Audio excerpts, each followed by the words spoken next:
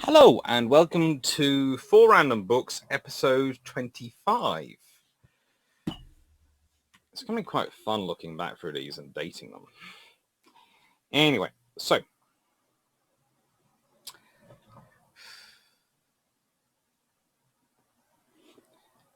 today's topic is going to be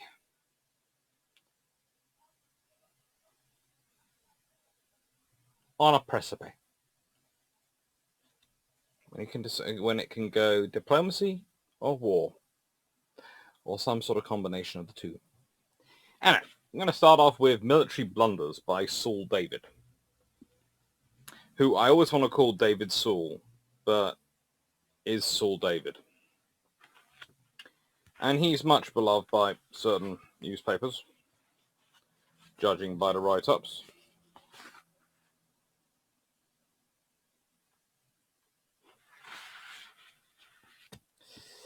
It's amazing little notes you find in these things. Yeah, I like this book because it is full of maps. It's got some very interesting things. It was published in 1990. Well, this revision was published in 2012, but, originally published in 1997. And it has such chapters, sections as Unfit to Command, Alpha Bay and the Retreat from Kabul, Lord Raglan and the Charge of the Light Brigade, McClellan at Antietam, General Warren and the Battle of Spion Kop, General Stopford at Silver Bay, General Percival and the Fall of Singapore. Planning for trouble, the Jemison Raid, Colenso, the First Day on the Somme, the Dieppe Raid, Arnhem and Bravo 20. Meddling Ministers, Bannockburn, Sedan, St. Valery, North Africa, Stalingrad and Goose Green. Misplaced Confidence, Tinberg Wall, The Second Crusade, Custer's Last Stand, Islandois, Yalu River, and Dien Bien Phu. Failure to Perform, Crécy, Capretta, The Kaiser's Battle, Aniel, Crete, and Kasserine Pass. To be honest, they all seem like they're all fairly good ones to select for this thing. Let's go for Planning for Trouble. 2/3 of the shells fired were shrapnel. Of the others, roughly 500,000, less than 8% were high explosive. There was, besides an acute shortage of heavy guns and ammunition, with only 4 pieces of a caliber greater than 9.2 inch. Was it any wonder that the bombardment failed to destroy more than a handful of the many deep dugouts that the Germans had constructed on the Somme? In addition, and unknown to Allied intelligence, the German dugout system were, in the main, well-disguised, well-built, and often very extensive networks of rooms and passages, protected by their depth and by the concrete, steel, and timber used in their construction. By the morning of the 28th of June, with just 1 day to go, it had been raining on and off for 2 days.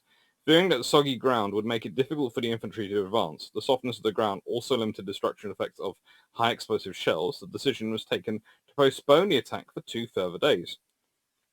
It was thought that the delay would give the guns more time to cut the wire. Instead, the rate of fire was slackened so that the stockpile of shells would last. At exactly 7:30 a.m. on the 1st of July, having bombarded the German front line for 65 minutes, the guns fell silent as artillerymen adjusted their sights. Before they could open up on the second line, whistles blew in the British trenches, and 66,000 heavily loaded infantry began to clamber up the ladders and advance through gaps that had been cut in their wire into no man's land. Already, German lookouts had alerted their comrades, shaken but safe in their dugouts, racing out to man their rifles and machine guns. They at once opened up on their densely packed targets. Some men were hit before they had even made it out of the trenches.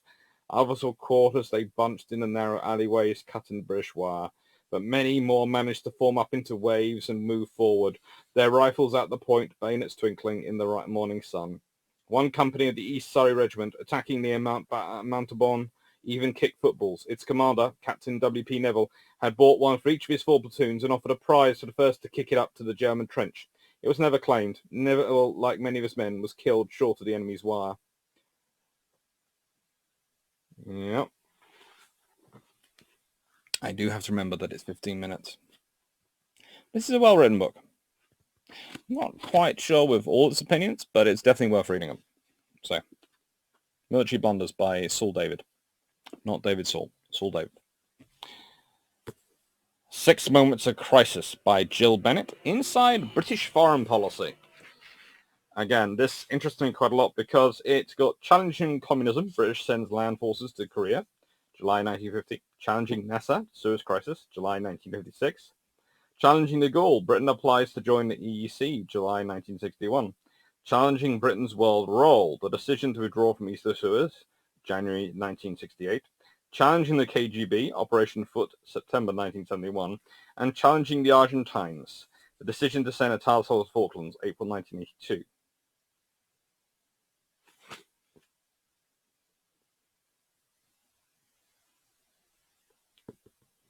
It's an Oxford University Press book. It's fairly new. It says fairly new. Could well be, but mal-maintained. It's this edition published in 2014. So it's newer than some of my books by a long way, but it's not that. Whitelaw, like Douglas Home, had doubts about the wisdom of the parliamentary statement on Operation Foot. Since the Prime Minister had promised on the 17th of June that a statement would be made on Soviet espionage, it would be hard to avoid making one at all. In one way, it was fortuitous that the House had been reconvened to consider the situation in Northern Ireland. On the other hand, some members might disapprove of this extra parliamentary time being diverted onto another subject, or might even seek to prolong the emergency session to discuss Foot. Either way, a statement would add to the publicity for Foot, which the Secretary of State for Trade and Industry was anxious to play down.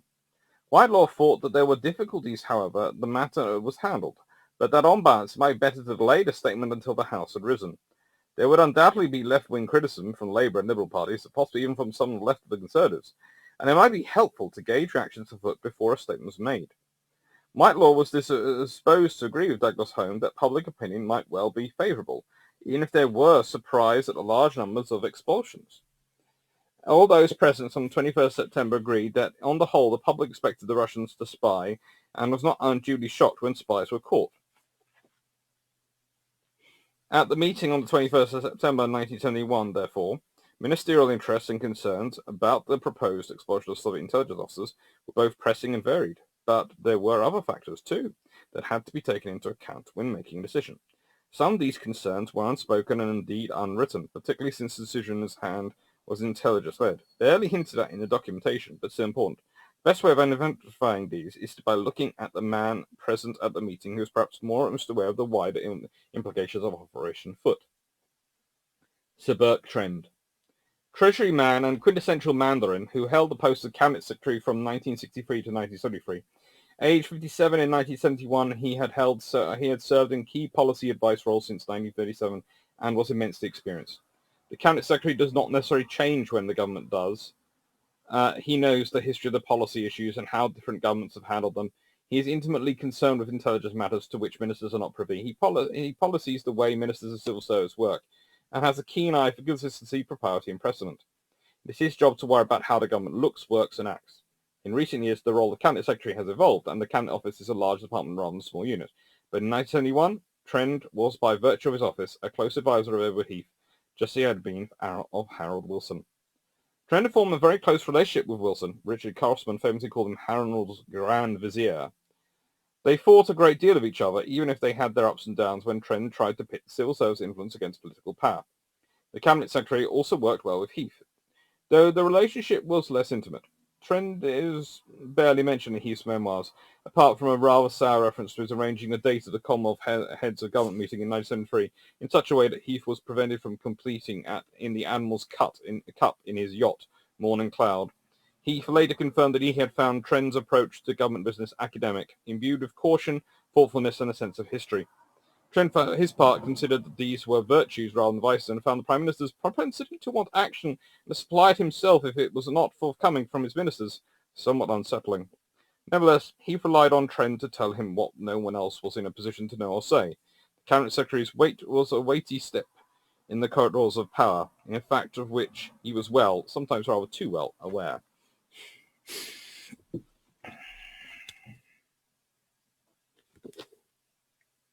It's a good one. It is good.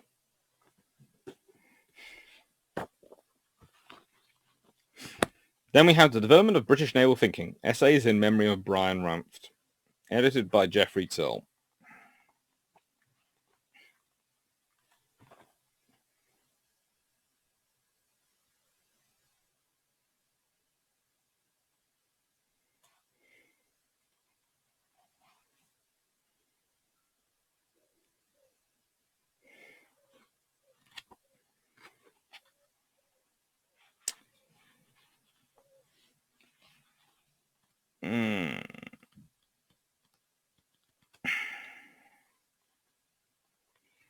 The fall of France, this is a chapter by Jock Gardner. Into the Mediterranean, all sorts of wars. The fall of France had several adverse consequences for the conduct of the war. The enemy was brought closer to the United Kingdom. German submarine operations were immeasurably eased by the acquisition of Biscay bases. The French no longer operated on Allied behalf in the Western Mediterranean, and perhaps worst of all, Italy now joined Germany in opposing Britain all but alone.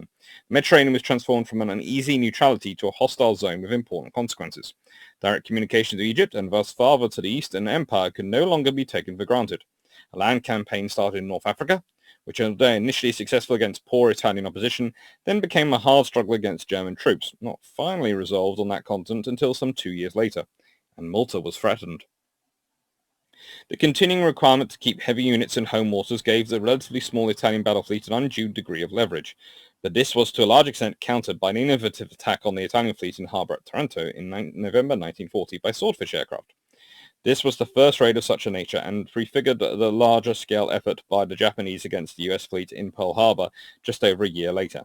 Probably a greater threat to British command of the Mediterranean came from the air, especially as Italian and then German forces began to move into Greece and the Balkans in 1941. The constrained nature of the Mediterranean made British naval forces very vulnerable to attack from many aircraft based ashore and threatened both forces at sea and ships in the face as well, thus allowing little respite. From time to time, for example, Malta became untenable for surface ships, and even submarines only survived by daytime submergence alongside in harbour.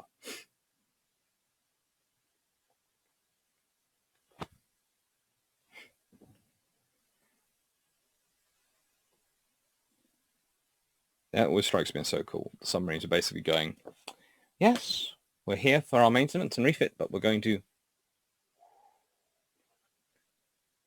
quietly drop down during the daylight.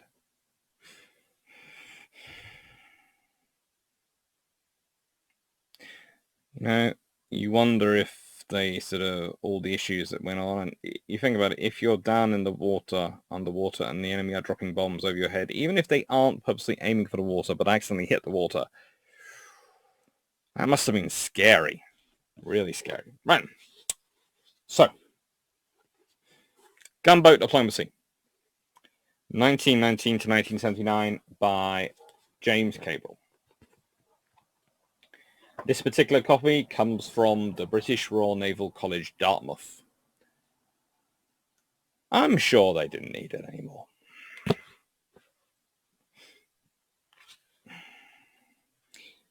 For all its intriguing parallels with the Baltic episode, the defence of Formosa was nevertheless a straightforward example of the purposeful use of force, and for our next instance of the catalytic mode, we must return to the Mediterranean, where before 2 years had dried the ink on the lessons of Suez, Nasserist Arab nationalism was again the victim, but this time in circumstances sufficiently altered to permit a genuinely limited use of naval force. This was an operation in which the relationship between the objective and the outcome is as complex and controversial as it was in 1919. The American intervention of 1950 in Lebanon, not least of its difficulties, is its intricate involvement with Lebanese politics. A mystery which only a Lebanese historian could, and when a few decades have quelled the passions it still inspires, perhaps one day will expound. Meanwhile, the uninitiated can at best envisage the situation confronting the US government in terms of 3 concentric circles. The innermost was the Lebanon itself, where President Chamoun strove to maintain Christian ascendancy and the traditionally pro-Western orientation of his country, perhaps also to prolong his own personal rule, against the increasingly violent opposition of discontented Muslims, Arab nationalists, leftists, and more important, and those more moderate Lebanese who, for a variety of reasons, preferred a more flexible policy of adaptation to the altered circumstances of a new era. The middle circle was the Middle East, in which Nasser, far from displaying any gratitude for American help at the time of Suez, seemed to Washington to be whipping American nationalism into ventures even more adverse to American interests. And in the outermost circle, the spectre of advancing Soviet imperialism, to which Eden had vainly pointed in 1956, soon seemed so real to President Eisenhower that on 7th of March, the celebrated Eisenhower Doctrine was endorsed by the United States Congress. The world is complicated. That's generally the philosophy of these books. Anyway, thank you to everyone who's watched this. Thank you to everyone who subscribes. There's also a little bell down there, which I am told if you click on, reminds you of when I put out another video. And more importantly than all that, thank you especially to my patrons, because they make all my book buying really possible. Well, let's put it this way. I'd still be buying books, but I certainly wouldn't be buying them at the rate I am buying them thanks to them. Thank you, everyone. Take care.